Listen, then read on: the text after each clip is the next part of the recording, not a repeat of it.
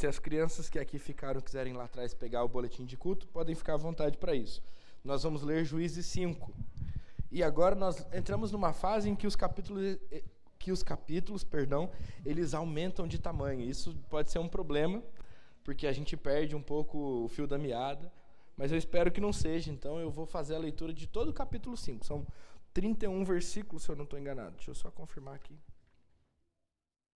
Capítulo 5 são exatamente 31 versículos. Eu peço que você, por favor, me acompanhe. Nós lemos, oramos e meditamos na palavra de Deus. Naquele dia, Débora e Baraque, filho de Abinoão, cantaram assim: porque os chefes se puseram à frente de Israel e o povo se ofereceu voluntariamente, bendigam o Senhor. Escutem, ó reis, ouçam, ó príncipes, eu mesma cantarei ao Senhor, salmodiarei ao Senhor, Deus de Israel.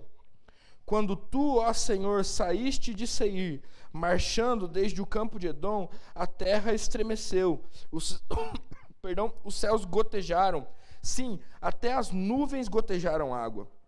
Os montes tremeram diante do Senhor, e até o Sinai, diante do Senhor Deus de Israel. Nos dias de Sangar, filho de Anate, nos dias de Jael, cessaram as caravanas, e os viajantes tomaram desvios tortuosos. Ficaram desertas as aldeias em Israel, ficaram desertas até que eu, Débora, me levantei. Levantei-me por mãe em Israel.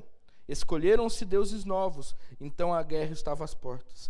Não se via escudo nem lança, entre 40.000 em Israel. Meu coração está com os comandantes de Israel, que voluntariamente se ofereceram entre o povo. Bendigam o Senhor. Vocês que cavalgam jumentas brancas, que se assentam em juízo e que andam pelo caminho, falem disto. A música dos distribuidores de água, lá entre os canais dos rebanhos, falem dos atos de justiça do Senhor, das justiças a favor de suas aldeias em Israel. Então, o povo do Senhor pôde descer aos portões da cidade. Desperte, Débora, desperte, acorde, entoie um cântico. Levante-se, Baraque, filho de Abinoão, e leve presos os que o prenderam. Então desceu o restante dos nobres, o povo do Senhor em meu auxílio contra os poderosos de Efraim, cujas raízes estão na antiga região de Ameleque. Desceram guerreiros. Depois de você, ó Débora, seguiu Benjamim com seus povos. De Maquir desceram comandantes, e de Zebulon os que levam a vara de comando. Também os príncipes de Issacar foram com Débora, e Issacar seguiu Baraque, em cujas pegadas foi enviado para o vale. Entre as facções de Ruben, houve grande discussão. Por que vocês ficaram entre os currais para ouvir a flauta? Entre as facções de Ruben, houve grande discussão. Gileade ficou com o outro lado do Jordão. E Dan, por que se deteve junto aos seus navios? Aser ficou junto à costa do mar e repousou nas suas baias. Zebulon é o povo que arriscou a sua vida, bem como Naftali nas alturas do campo. Vieram reis e lutaram. Os reis de Canaã lutaram em Taanaque, junto às águas de Meguido, mas não levaram nenhum despojo de prata. Lá do céu, as estrelas lutaram. Desde o lugar dos seus cursos, lutaram contra Cícera. Isso mesmo. O ribeiro de Quizon os arrastou. Quizon, o antigo ribeiro. Avante, ó minha alma, firme. Então os cascos dos cavalos socavam pelo galopar, o galopar dos seus guerreiros. Amaldiçoem Meroz, diz o anjo do Senhor. Amaldiçoem durante os seus moradores, porque não vieram em socorro do Senhor e seus heróis. Que a mais bendita entre as mulheres seja Jael, mulher de Éber, o queneu. Que seja a mais bendita entre as mulheres que vivem em tendas. Cícera pediu água, e ela lhe deu leite. Em taça de príncipes lhe ofereceu nata. Ela estendeu uma das mãos e apanhou a estaca, e com a mão direita pegou o martelo dos trabalhadores. Golpeou Cícera, rachou-lhe a cabeça, furou e atravessou-lhe as têmporas. Aos pés dela se encurvou, caiu e ficou estirado, e os seus pés se encurvou e caiu. Onde se encurvou, ali caiu morto. A mãe de Cícera olhava pela janela e exclamava pela grade: por que tarda em vir o seu carro? Por que se demoram os passos dos seus cavalos? As mais sábias das suas damas respondem, e até ela a si mesmo respondia: Não é verdade que acharam e estão repartindo os despojos? 1 ou 2 moças para cada homem, tecidos de várias cores para Cícera, tecidos de várias cores de bordados, 1 ou 2 tecidos bordados para o pescoço da esposa. Assim, ó Senhor, pereçam todos os teus inimigos, porém os que te amam brilhem como o sol quando se levantam no seu esplendor. E a terra ficou em paz durante 40 anos. Vamos orar? Senhor, fala aos nossos corações. Esse texto nos revela a glória do Senhor por trás de toda aquela batalha perto do ribeiro de Quizon. E nós agora queremos contemplar essa glória, Deus. Nós também queremos aprender com essa batalha. Queremos, Deus, não apenas ver o Senhor agir, o que o texto revela, mas também queremos responder àquilo que o Senhor tem nos chamado a fazer. Portanto, Pai, fala aos nossos corações, que as palavras dos meus lábios e o meditar do meu coração sejam agradáveis a Ti, porque o Senhor é a nossa rocha e o nosso Redentor. Nós oramos assim em nome de Jesus. Amém e amém. Muito bem. Crianças, hoje vocês vão desenhar uma coisa, sempre é muito legal, né? Mas hoje eu conto com a imaginação de vocês, porque vocês vão desenhar um exército diferente. Geralmente os exércitos têm tanques de guerra, têm soldados muito armados. No caso de Cícera, o exército dele tinha carros de ferro. No caso de Baraque, o exército dele tinha 10.000 homens. Mas hoje a gente vai desenhar um exército diferente. O exército que ganhou de fato essa batalha. O exército dos raios e trovões, com as águas dos rios que subiram, o exército das estrelas que estão lutando, um exército que é descrito aqui por Débora, o exército que pertence ao Senhor. E aí a gente vai se lembrar de um texto que a gente leu já na liturgia, crianças, e que está aí para vocês decorarem. Agindo Deus, quem o impedirá? E Deus pode agir por todas as coisas, não é mesmo, irmãos? Deus pode usar as estrelas, Ele pode usar as árvores, Ele pode usar a chuva, e Ele pode usar a quem Ele quiser para manifestar a sua glória às nações. Nesse texto hoje nós vamos aprender a importância de nós lutarmos como povo de Deus. Não porque há força em nós, mas porque Deus luta pelo seu povo. Lembra do Salmo? O Senhor dos exércitos é o nosso refúgio, o Deus de Jacó. O Senhor dos exércitos está conosco. O Deus de Jacó é o nosso refúgio. É sobre isso que nós vamos falar hoje. E antes de falarmos sobre isso, eu gostaria de te lembrar, muitas vezes nós desistimos das lutas que travamos. Eu não sei se você passa por isso nesse momento. Eu não sei se você já passou por isso, eu não sei se você vai passar por isso. Mas desanimar e desistir é uma coisa muito comum da nossa existência. Nós travamos batalhas que nos cansam, muitas vezes nos levam à exaustão. E quando nós chegamos nesse ponto, o que nós queremos é descanso. E a gente acha que o descanso vem de desistir de batalhar, desistir de lutar, desistir de fazer aquilo que é certo. A gente acredita falaciosamente que é justamente o desistir da batalha que vai trazer descanso para nós. Já passou por isso? Já foi tentado a desistir? Já foi tentado a parar de lutar? Já foi tentado a parar de fazer o que é certo? Eu queria te dizer e começar o meu sermão dizendo que essa não é uma experiência sua apenas.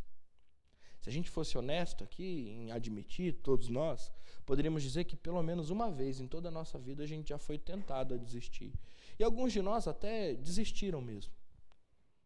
Foi Deus quem em sua graça não desistiu, e foi Deus quem em sua graça não parou de lutar. E é por isso que nós estamos aqui até hoje. No texto que a gente leu, eu gostaria de te convidar a contemplar 3 verdades, ou 3 momentos da história do povo de Israel. Primeiro, o momento em que o povo parou de lutar. Nós hoje não vamos seguir o texto na medida em que os versículos se revelam. Eu quero mostrar para vocês 3 momentos, e eu quero começar com esse que está lá no verso 6 e vai até o verso 8. Ele diz assim: nos dias de Sangar, filho de Anate, nos dias de Jael, cessaram as caravanas, e os viajantes tomavam desvios tortuosos. Ficaram desertas as aldeias em Israel, ficaram desertas, até que eu, Débora, me levantei. Levantei-me por mãe em Israel. Escolheram-se deuses novos, então a guerra estava às portas. Não se via escudo nem lança entre 40.000 em Israel. Meus irmãos, quando nós olhamos para esse texto, e especificamente para esses versículos, nós vemos um povo que desistiu de lutar. A pergunta talvez seja: desistiu de lutar contra quem? Ou contra o quê? E talvez você diga: poxa, ele desistiu de lutar contra os povos vizinhos e contra os reis vizinhos e contra aqueles que oprimiam o seu povo. A resposta é não, porque se você já entendeu um pouco da lógica do livro de Juízes, o povo só enfrenta inimigos depois que ele cede ao pecado e à idolatria. Então, se a gente pode dizer alguma coisa a respeito de quem o povo deixou de lutar, o povo deixou de lutar contra os seus próprios pecados, e o povo deixou de lutar contra a idolatria que o assediava constantemente. O texto que nós lemos agora, os versos 6, 7 e 8, diz que naqueles dias de Sangar, que é um dos juízes do povo de Israel, e de Jael, as caravanas cessaram, e os viajantes tomavam desvios tortuosos. Isso aqui faz menção, provavelmente, ao fato de que povos vizinhos começaram a dominar as estradas e cobrar pela passagem. E que ao invés de clamar ao seu povo, ao invés de clamar ao seu Deus, o povo de Israel resolveu dar um jeitinho. Tomaram um atalho, ou até mesmo um desvio. Olha, a gente não precisa de Deus para resolver esse problema. É só a gente dar a volta. A gente não precisa orar e clamar para o Senhor dos Exércitos, para que Ele lute por nós. É só a gente se acostumar com isso, esvaziar as estradas, caminhar por outros caminhos. Como resultado disso, o texto continua dizendo que as aldeias ficaram desertas. E ficaram desertas até que Débora se levantou. Se você quer confirmação de tudo isso, o verso 8 diz que deuses novos foram escolhidos. Então a guerra estava prestes a começar. Mas entre os 40 mil homens de Israel, quantos soldados se levantaram? Nenhum. Esses versos descrevem, meus irmãos, um povo que parou de lutar. Um povo que parou de lutar contra os seus pecados e contra a idolatria.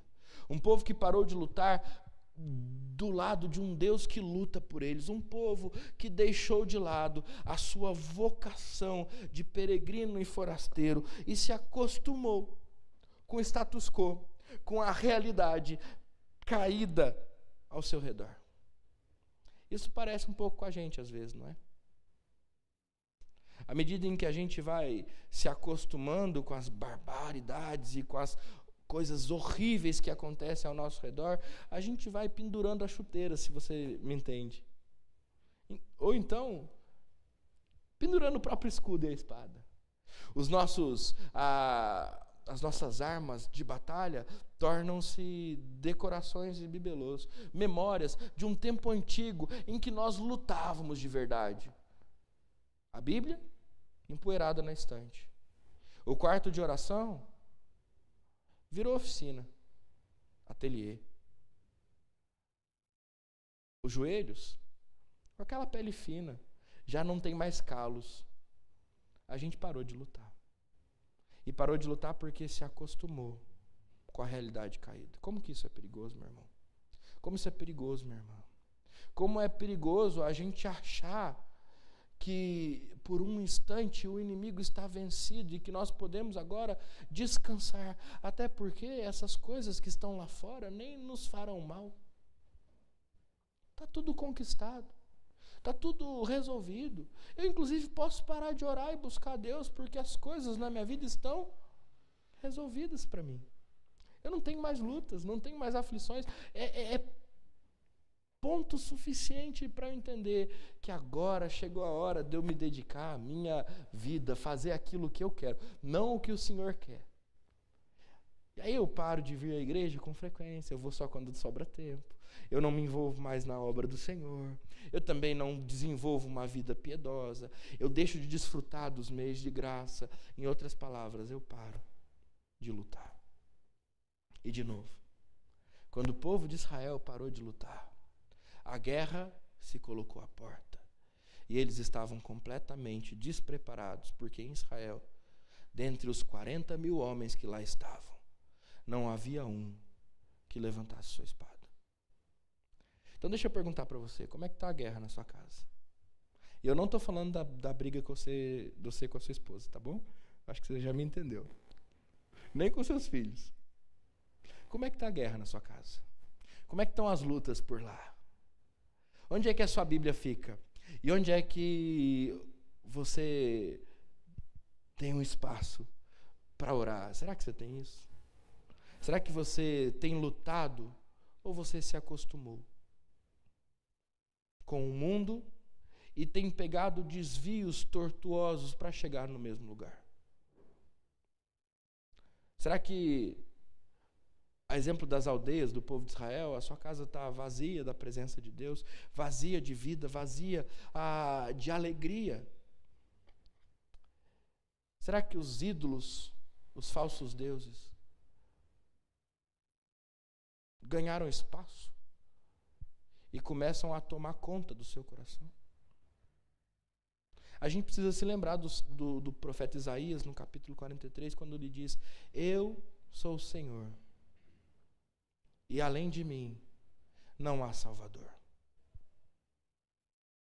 Eu proclamo, eu efetuo e eu faço ouvir a minha salvação. Nenhum outro Deus, o Senhor diz, esteve entre vós. Por que, pastor, que a gente precisa ouvir isso? Por que a gente precisa se lembrar disso? Porque, meus irmãos, quando nós nos lembramos que o nosso Deus, o único Salvador, aquele que está diante de nós e que não permite que outros deuses estejam diante de nós, luta até hoje em nosso favor, nós deveríamos nos unir a Ele e lutar também. Quando nós nos lembramos que esse é o único e verdadeiro e suficiente Salvador, nós deveríamos não apenas lutar, mas buscá-lo como aquele que é o nosso refúgio e fortaleza, socorro presente na tribulação. As nossas Bíblias não deviam de estar empoeiradas, fechadas num canto. Os nossos joelhos não deviam de estar com essa pele fininha que revela que nós deixamos de orar há muito tempo. Nós devíamos de estar ansiosamente buscando Deus que luta por nós e lutar ao lado dele. Mas o fato é que talvez alguns de nós, se não muitos de nós, já há algum tempo, pararam de lutar. Tomaram desvios tortuosos e deixaram deuses entrar para dentro de casa. Deuses com D minúsculo. Então eu vou te perguntar uma última vez antes de eu ir para o segundo ponto. Como é que está a luta na sua casa? As armas estão penduradas ou você está usando? Diante de quem você tem lutado? Do único Salvador ou dos deuses do nosso tempo? Quando a gente olha mais uma vez para o texto, a gente consegue ver a graça de Deus a despeito da nossa morosidade, da nossa falta de ânimo diante da batalha. Ao vermos o texto descrever um Deus que se levanta para lutar pelo seu povo. Quando a gente lê, por exemplo, o verso de número 4, a gente vê que tudo aquilo que foi descrito no capítulo 4 de Juízes, agora está sendo descrito mais uma vez, de uma maneira diferente, por uma perspectiva diferente. Quando a gente lê o capítulo 4, nós vemos Débora enviando ou dizendo a Baraque: Baraque, é você quem tem que ir, e você quem tem que reunir os homens de Naftali, e é você quem tem que lutar, não é isso? Agora leia o capítulo 5, versículo 4. Débora diz assim: quando tu, ó Senhor, saíste de Seir, marchando desde o campo de Edom, a terra estremeceu, os céus gotejaram, sim, até as nuvens gotejaram água, os montes tremeram diante do Senhor, e até o Sinai diante do Senhor, Deus de Israel. É Baraque quem luta? Não. Baraque estava entre aqueles que haviam parado de lutar. É por isso, talvez, que Baraque, quando Débora lá no capítulo 4 diz: olha, é você quem tem que ir, ele tenha dito: eu só vou se você for comigo. Mas aqui nós vemos quem é o verdadeiro guerreiro do povo de Israel. Aqui nós vemos o Senhor dos exércitos, o Deus de Jacó, entrando em ação. Ele está marchando, ele saiu de Seir, marchando desde o campo de Edom, e à medida em que os seus passos tocam a terra, crianças, lembrem do nosso exército. a terra começa a tremer, a chuva começa a cair. A coisa vai ficar feia para o lado de Cícera e dos seus guerreiros, não porque Baraque é um grande estrategista, mas porque o Senhor dos Exércitos se levantou para lutar. Quando a gente continua lendo, a gente vai lá para o verso 19 e vai ler até o verso 23, a gente lê o seguinte: vieram reis e lutaram, os reis de Canaã lutaram em Taanaque, ou Taanaque, melhor dizendo, junto às águas de Meguido, mas dessa vez eles não levaram nenhum despojo de prata. Por quê? Porque eles não ganharam, porque eles não venceram, porque eles foram totalmente derrotados. Como assim? Leia o 20. Lá do céu, as estrelas lutaram. Está vendo o nosso exército aqui, crianças? Desde os lugares dos seus cursos lutaram contra Cícero. O ribeiro de Quizon os arrastou. Quizon, o antigo ribeiro, avante, ó minha alma, firme. Então os cascos dos cavalos socavam pelo galopar, o galopar dos seus guerreiros. Você está enxergando o que eu estou enxergando? Naqueles dias em que todo o povo tinha parado de lutar, o Senhor se levantou para lutar e a terra tremeu. Ele começou a marchar e a terra continuou a tremer. As chuvas começaram a cair. E quando Deus chegou diante do ribeiro de Quizon, todo aquele exército que estava acostumado a ganhar, o exército de Cícera, dos reis de Canaã, experimentou pela primeira vez o gosto amargo da derrota. Os seus cavalos ficaram presos na lama daquela grande chuva que o Senhor trouxe sobre aquele lugar. O ribeiro Quizon se levantou, uma grande enchente aconteceu. E naquele dia, porque o Senhor lutou, não houve despojos de prata para a turma de Cícera. A guerra foi ganha pelo povo de Israel, não porque o povo de Israel estava acostumado a lutar, mas porque o Senhor dos Exércitos é o nosso refúgio. Ele está conosco. O Deus de Jacó é o nosso refúgio.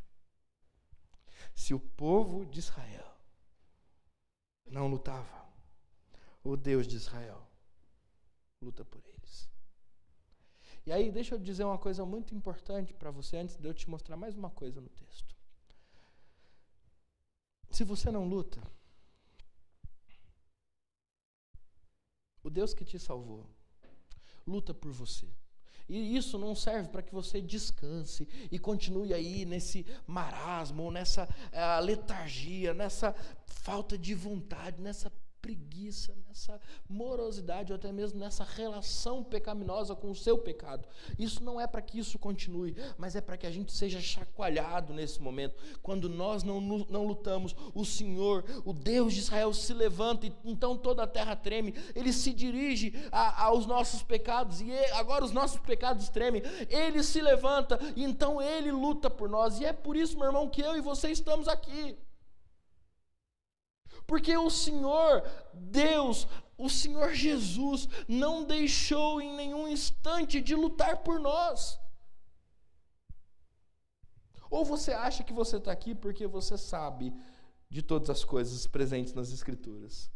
Ou você acha que você está aqui porque você é indispensável para Deus e você tem sido uma aquisição de muito valor para essa igreja? Ou você acha que você está aqui por causa dos seus muitos méritos e por causa das suas muitas e grandiosas obras e feitos? Não é por isso que você está aqui, porque nós somos muito mais parecidos com o povo de Israel que deixou de lutar do que com o Deus de Israel que luta pelo seu povo.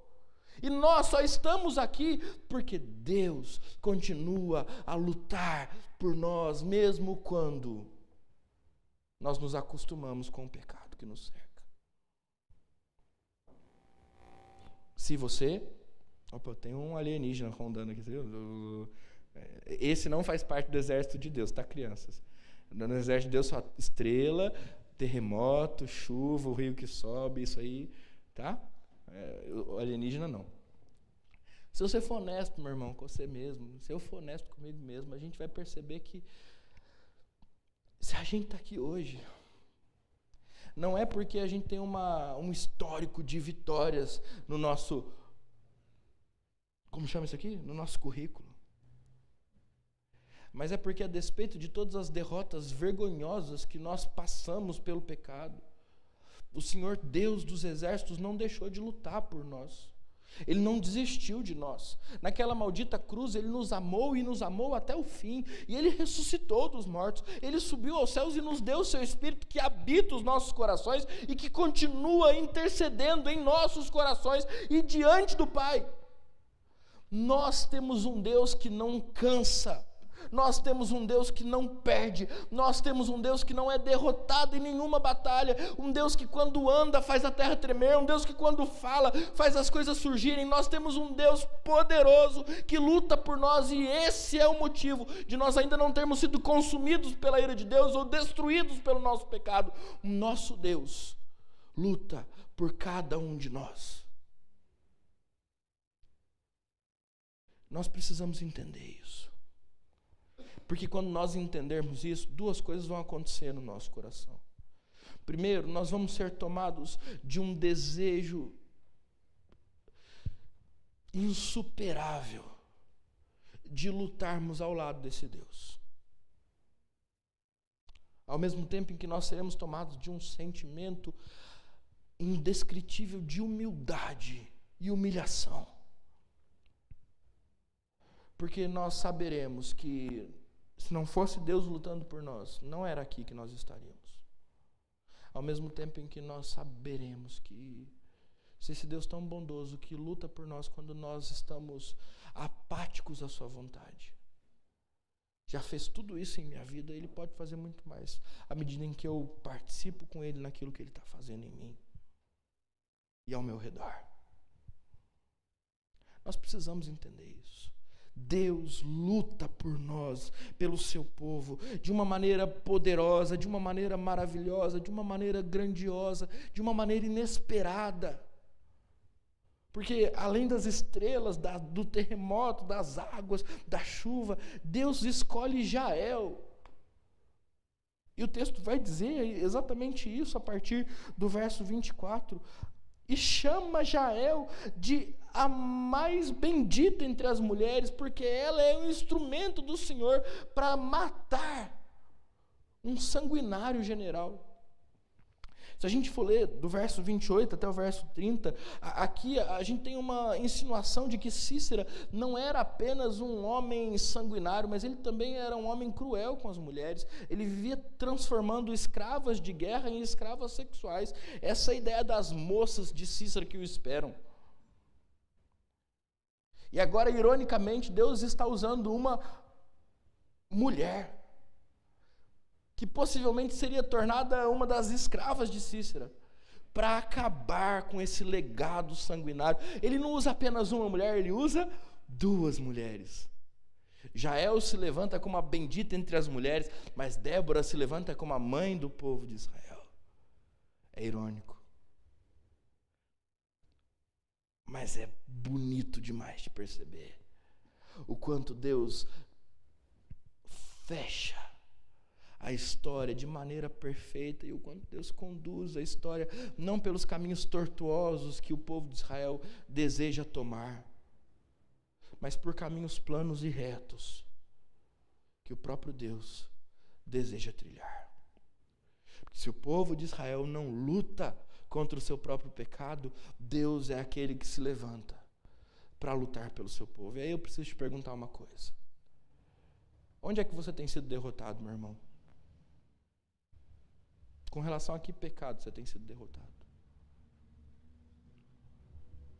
De repente, e a gente tem estudado isso às quintas-feiras, falta no seu coração um contentamento. Você não consegue estar contente com nada do que Deus te dá. Isso tem trazido dívidas para sua casa. Isso tem trazido insatisfação para o seu coração, tristeza, tem trazido ansiedade, angústia. Você não se sente feliz com o que você tem. Você está perdendo a guerra para você mesmo, porque você parou de lutar. A gente estudou há pouco tempo atrás a questão da amargura, e aí a gente também pode estar perdendo no fato de que, ou pelo fato de que a gente não consegue perdoar aqueles que nos ofenderam. Derrota triste, estamos perdendo de lavada. Sabe aquele 7-1 da Alemanha contra o Brasil? A amargura é mais ou menos isso aí. Difícil de engolir, não é? Mas a gente precisa olhar para o espelho hoje e dizer, bom, eu estou perdendo. Estou perdendo a guerra mesmo porque não dá não. Está 7-1 já. E se deixar vai ser mais. Vai ser 14, vai ser 21. É só multiplicar. De repente você tem perdido a batalha em questões de natureza sexual. De repente você tem perdido a batalha para questões que ninguém sabe. Mas você sabe. E Deus sabe. E o pior, sabe por que você tem perdido a batalha hoje? Porque você parou de lutar há algum tempo. Nessa noite eu quero te ajudar a lembrar que Deus luta por você. Você não tem mesmo condições de ganhar a guerra sozinho. Você não tem mesmo condições de vencer o pecado sozinho. Mas o nosso Deus luta por nós. Ele luta por mim. Ele luta por você. Ele move a terra. As estrelas entram na batalha. As chuvas começam a cair. Os ribeiros começam a subir. Alguma coisa vai acontecer, meu irmão. Quando Deus começar a lutar, você vai perceber. Só tem uma questão. No livro de Juízes, Deus só entra na guerra quando o povo clama. Então eu preciso te convidar. Será que não está na hora de clamar? Se você está perdendo de lavada, se está 7-1 para a Alemanha, quer dizer, para o pecado, será que não está na hora de clamar? Será que não está na hora de pedir? Será que você já não tem sinais suficientes de que você não vai conseguir sozinho? Porque se essa é a verdade, em nome de Jesus e pela graça de Jesus, clame. Peça ajuda. Diga, Senhor, hoje é a noite em que eu vou abrir o meu coração e dizer, eu não consigo lutar. Eu, inclusive, nem queria mais. Eu cheguei essa noite no culto acostumado com o meu pecado, até amando ele no meu coração. Ele se transformou num ídolo. Mas o Senhor está falando aqui comigo e eu gostaria de vencer. Eu sei que eu não consigo. Então me ajuda. Porque esse é o terceiro ponto. O ponto em que nós vemos o texto exaltar aqueles que se unem a Deus na luta que Ele trava. Quando nós lemos, por exemplo, os versos 2 e 3, nós vemos o seguinte: os chefes se puseram à frente de Israel e o povo se ofereceu voluntariamente. Bendigam o Senhor. Escutem, ó reis, ouçam, ó príncipes, eu mesma, Débora diz, cantarei ao Senhor e salmodiarei ao Senhor, Deus de Israel. Por que é que ela está louvando, além de louvar pela grande ação poderosa de Deus? Pelos homens, pelos líderes, pelos chefes que se levantam para lutar, pelo povo que se levanta para lutar voluntariamente, porque, meus irmãos, Deus é quem luta por nós, mas Ele se alegra quando nós voluntariamente nos levantamos para lutar junto dEle. Eu vou repetir. Deus é quem luta por nós, mas Ele se alegra quando nós voluntariamente nos levantamos para lutar junto dEle.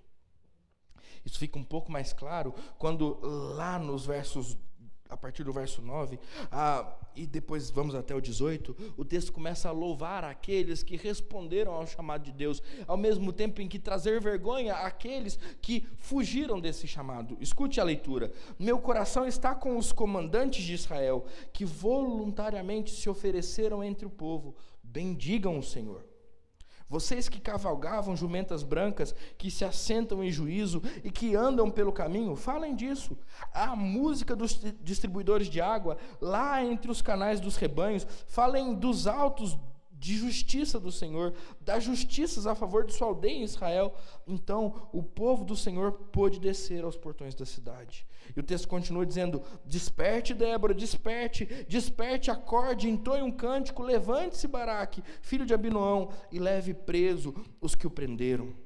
Então desceu o restante dos nobres, o povo do Senhor, em meu auxílio contra os poderosos. E aqui a gente tem a lista das tribos que se envolveram nisso. De Efraim, cujas raízes estão na antiga região de Amaleque, melhor dizendo, desceram guerreiros. Depois de você, ó Débora, seguiu Benjamim com seus povos. de Maquir desceram comandantes, e de Zebulon os que levam a vara de comando. Também os príncipes de Issacar foram com Débora. Issacar seguiu Baraque, e em cujas pegadas foi enviado para o vale. Agora presta atenção, porque entre as facções de Ruben houve grande discussão. Por que vocês ficaram entre os currais para ouvir a flauta? Entre as facções de Ruben houve grande discussão. Gileade ficou do outro lado do Jordão. E Dan, porque se deteve junto aos seus navios? Azer ficou junto à costa do mar e repousou nas suas baías. E o texto termina dizendo: Zebulon é povo que arriscou a sua vida, bem como Naftali nas alturas do campo. O Deus que luta por nós, meus irmãos, nos convida a nos unir a Ele nessa batalha. O Deus que luta por nós nos convida a nos unirmos às tribos de Efraim, Benjamim, ao povo de Maquir, ao povo de Nebulon, ao povo de Naftali, ao povo de Issacar, esses que voluntária e corajosamente deram as suas vidas para que a vontade de Deus fosse estabelecida entre os homens. E a escolha é minha e sua, se nós estaremos entre estes, ou se nós estaremos entre a tribo de Ruben, a tribo de Gade, que aqui é chamada de Gileade, a tribo de Dan e a tribo de Aser. De que lado eu e você estaremos quando esse sermão acabar? Do lado daqueles que lutam ao lado de Deus, ou do lado daqueles que fogem da batalha para desfrutarem de conforto e sossego? Para andarem nos seus barquinhos, e aí aproveitando que nós estamos na cidade que está perto da represa, nos seus barquinhos e jet skis. Para fazerem stand-up paddle e caiaque. Para descansarem num domingo à noite assistindo televisão. E passarem a semana inteira fugindo da vontade de Deus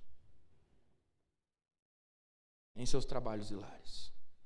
De que lado nós estaremos quando esse sermão terminar? Porque a batalha que o texto descreve, ela pode até ser a batalha que aconteceu lá perto do Ribeiro de Quizon, e de fato ela é essa batalha, mas ela não termina ali. E nem começa ali, para falar a verdade. Se a gente, por exemplo, se volta lá para Apocalipse, capítulo 12, a gente vai ter noção de onde a batalha começa e termina exatamente. Estou tentando abrir aqui, você está percebendo, né? Mas consegui agora. Essa Bíblia nova, ela fica aqui para eu poder usá-la todo domingo, né? E tem texto que não abri ainda. Você conhece esse texto porque eu gosto muito desse texto, eu já falei desse texto um monte de vezes aqui. Aquele texto em que em Apocalipse 12 nós vemos a grande batalha acontecendo, o dragão, a antiga serpente, diante do filho da mulher. Uma mulher que é vestida da lua, tem um diadema com 12 estrelas, está em cima do sol, dá à luz um filho. Essa mulher é símbolo do povo de Israel. O seu filho é o descendente do povo de Israel, o descendente prometido, a Eva. Ele é Jesus. Ele nasce. E o dragão está rondando para destruí-lo. Mas no momento em que ele nasce, ele é levado aos céus. E o dragão vai atrás dele. E o texto diz que nos céus estourou uma guerra. Estou lendo agora Apocalipse 12, 7. Então estourou a guerra no céu. Miguel e os seus anjos lutaram contra o dragão. Também o dragão e os seus anjos lutaram, mas não conseguiram sair vitoriosos. E não havia mais lugar para eles no céu. E foi expulso o grande dragão, a antiga serpente, que se chama Diabo e Satanás, o sedutor de todo mundo. Ele foi atirado para a terra, e com ele os seus anjos. Então ouviu uma voz forte no céu proclamando. E agora presta atenção, porque você lembra que Débora louva os homens que voluntariamente se entregaram, corajosamente se entregaram? Escuta o que é cantado no céu. Agora veio a salvação, o poder, o reino do nosso Deus e a autoridade do seu Cristo, pois foi expulso o acusador de nossos irmãos, o mesmo que os acusa de dia e de noite diante do nosso Deus. Eles o venceram por causa do sangue de Cristo e por causa da palavra do testemunho que deram, e mesmo diante da morte, não amaram a própria vida. Eles o venceram por causa do sangue de Cristo, por causa da palavra do testemunho que deram, e mesmo diante da morte, não amaram a própria vida. E do mesmo jeito que Débora cantou um hino de louvor, o texto diz: por isso alegrem-se os céus, e vocês que neles habitam. Ai da terra e do mar, pois o diabo desceu até vocês, cheio de fúria, sabendo que pouco tempo lhe resta. Meus irmãos, esse texto nos mostra que o Deus que luta as nossas batalhas em Cristo Jesus. E é por isso que nós vencemos, por causa do sangue de Cristo e da palavra de testemunho que temos. Mas tem um jeito para vencer, e ele está descrito aqui no texto. Mesmo diante da morte, nós não podemos amar a nossa própria vida, mas entregá-la voluntariamente, corajosamente. Lembra do que Jesus disse? Aqueles que querem ganhar a sua própria vida terão de perdê-la, porque quem perder a sua própria vida por amor de mim e do Evangelho, esse a ganhará. Eu preciso terminar meu sermão, até porque já está na hora da gente ir embora para casa. Ou melhor, está quase na hora. E eu vou terminar meu sermão te perguntando algo que eu já te perguntei essa noite. Quando esse sermão acabar, e ele está acabando, de que lado você vai estar? Porque o Deus que luta por nós nos convida para lutarmos junto dele. O Deus que venceu os nossos pecados na cruz, agora nos convida a lutar contra os nossos pecados voluntariamente, corajosamente, por causa do sangue de Jesus. Não amarmos as nossas próprias vidas, mas mesmo diante da morte, e você pode dizer a morte física ou a morte do nosso próprio eu, não titubearmos. Quando esse sermão acabar, de que lado você vai estar? Do lado das tribos que se juntaram a Deus na batalha, ou do lado das tribos que continuaram confortavelmente sentadas nos seus cantinhos, fazendo as coisas que gostavam e seguindo a própria vida, cheia de ídolos e pecados? Deus nos convida a morrermos em Cristo para lutarmos ao lado dele a batalha. E só morrendo em Cristo é que nós de fato venceremos. Ele vem para nos salvar, a gente cantou. E ele vem de fato. Mas ele vem para aqueles que carregam o nome de Cristo sobre si. Ele vem para salvar aqueles que morreram, já não vivem mais, mas Cristo vive neles. Mas ele também vem para condenar aqueles que não o amaram acima de todas as coisas e ficaram em casa, negaram a batalha e voltaram para os seus barcos. Quando esse sermão acabar, de que lado você vai estar? O Deus que luta por você te convida a lutar com ele, te convida a confessar pecados, te convida a pedir ajuda, te convida a abrir o jogo, te convida a procurar um discípulo mais maduro para aconselhar a você em situações específicas. Te convida a abrir mão do seu orgulho e reconhecer a necessidade de perdoar ou de se contentar com o que Deus tem te oferecido. O Deus que luta por nós te convida a vir até Cristo, para que Cristo lute por você e em você. Quando esse sermão acabar, de que lado você vai estar? Eu espero que você esteja do lado do povo de Deus que luta com Deus as batalhas que Deus luta por eles. Eu espero que isso faça de você uma pessoa feliz. Miseravelmente feliz. Conhece essa expressão? ela define um pouco a condição do cristão, né? Porque nós somos aqueles que muitas vezes não tem nada além de Cristo. E isso faz de nós pessoas miseravelmente felizes. Absurdamente felizes. Porque nós achamos o nosso tesouro de maior valor. Nessa batalha toda, nós encontramos o nosso general e nós estamos dispostos a segui-lo até o fim. Sejamos então, meus irmãos, aqueles que lutam com Deus, miseravelmente felizes, derrotados em todas as outras coisas, mas vitoriosos na presença de Deus. Aqueles que nada mais têm a não ser Cristo, e Cristo glorificado em suas vidas. Aqueles que não se orgulham nos seus bens, não se orgulham nas suas posses, não se orgulham nas suas conquistas, mas se orgulham em ter perdido a batalha para Deus e agora lutarem ao lado dele. Que Deus me abençoe, que Deus te abençoe. E que você seja capaz de ver o Deus que luta por você, estando ao lado dele nessa batalha. Amém? Vamos orar. Senhor, nós te engrandecemos, te bendizemos, te glorificamos, porque esse texto que nós lemos hoje nos mostra o quão poderoso o Senhor é. Os seus passos fazem a terra tremer. A sua voz a criou. E essa voz de trovão é capaz de mover o homem. O coração dos reis está na sua mão. O Senhor é poderoso, Pai, para decretar fim a qualquer guerra que nós estejamos travando nesse momento. Mas o Senhor, Deus, sendo poderoso para fazer isso sozinho, nos convida a batalhar ao lado do Senhor. O Senhor faz com que os carros e os cavalos fiquem atolados no meio de tanta lama, mas nos convida a matar cada um dos guerreiros que são do exército inimigo. O Senhor pode fazer sozinho, mas o Senhor quer que a gente participe, e isso é graça. Isso é amor. O Senhor está nos ensinando a respeito da responsabilidade que temos, da condição que o Senhor deseja que nós tenhamos de dignidade, de não sermos aqueles pobres coitados que foram alcançados pelo seu favor, mas aqueles que, empoderados pelo seu Espírito, foram renovados e agora são capazes de lutar contra o pecado.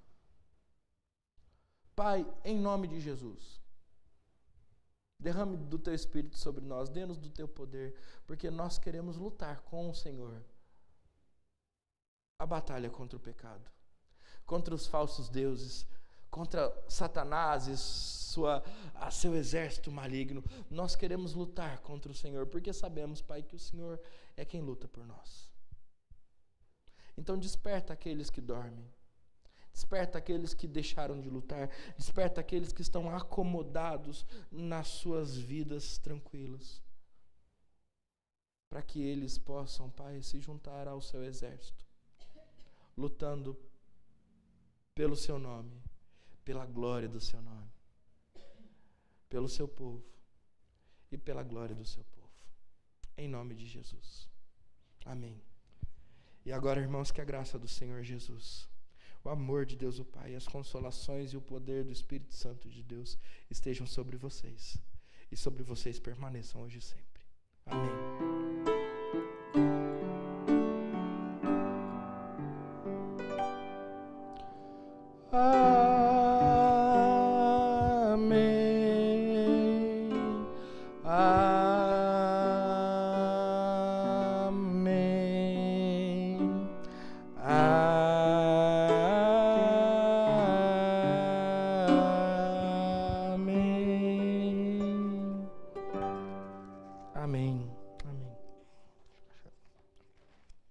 Muito bem, nós vamos dar as boas-vindas aos visitantes e temos também alguns avisos importantes a dar.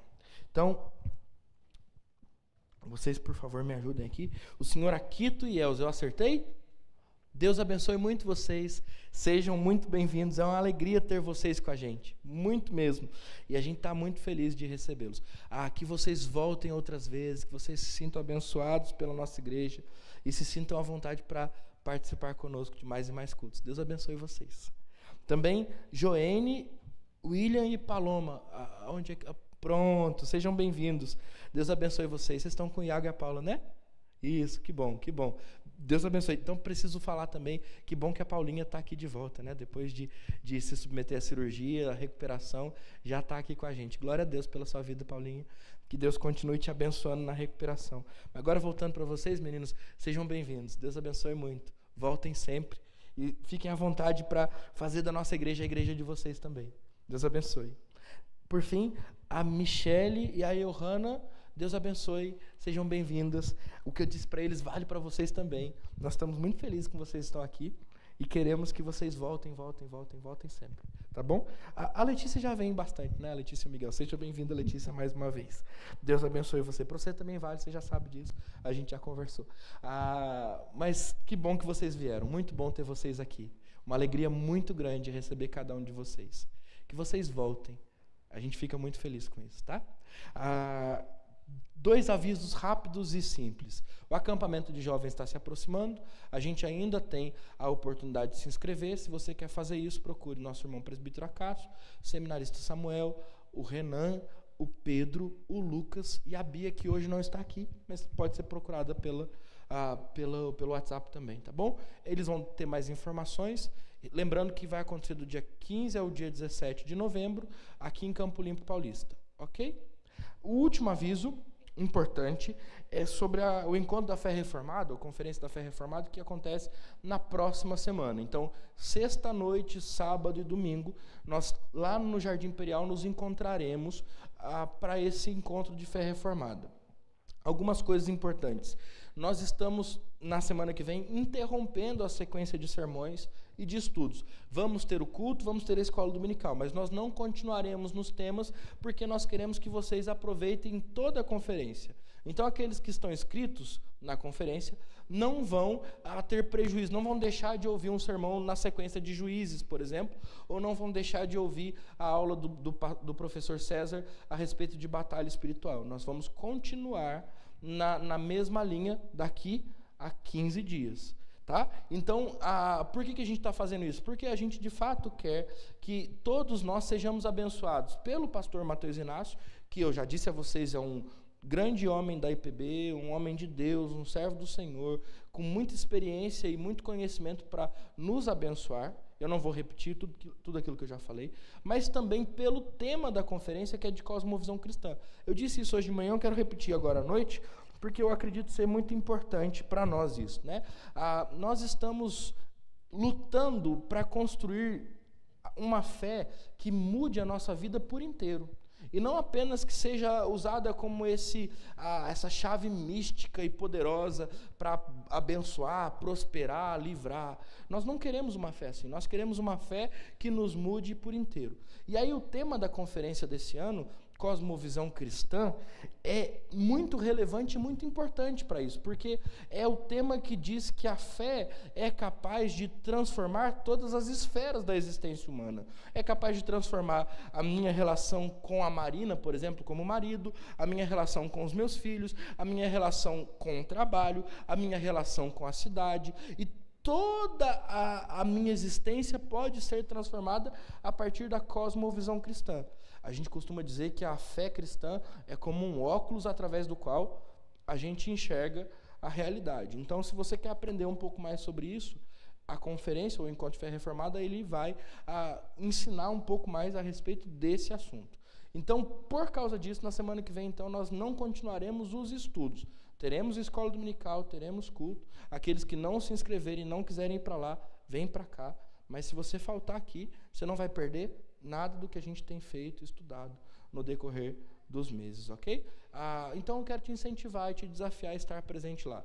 Eu estarei na sexta e no sábado, e todos aqueles que puderem, fiquem à vontade para estar de sexta a domingo. Custa R$50, mas como a gente sempre diz, esse custo ele não deve ser levado em consideração se você não pode pagá-lo, ok? Se você pode, por favor, pague, porque você vai abençoar a organização do evento e a igreja do Imperial não vai precisar pagar pelos custos que ficarem para trás. Se você não pode, por favor, comunique-se com a gente consegue dar um jeito e você vai poder ser abençoado da mesma maneira e aprender da mesma maneira, ok? Então, que Deus abençoe vocês, tenham todos uma boa noite, estejam todos debaixo da graça do Senhor Jesus. Até os nossos encontros durante a semana.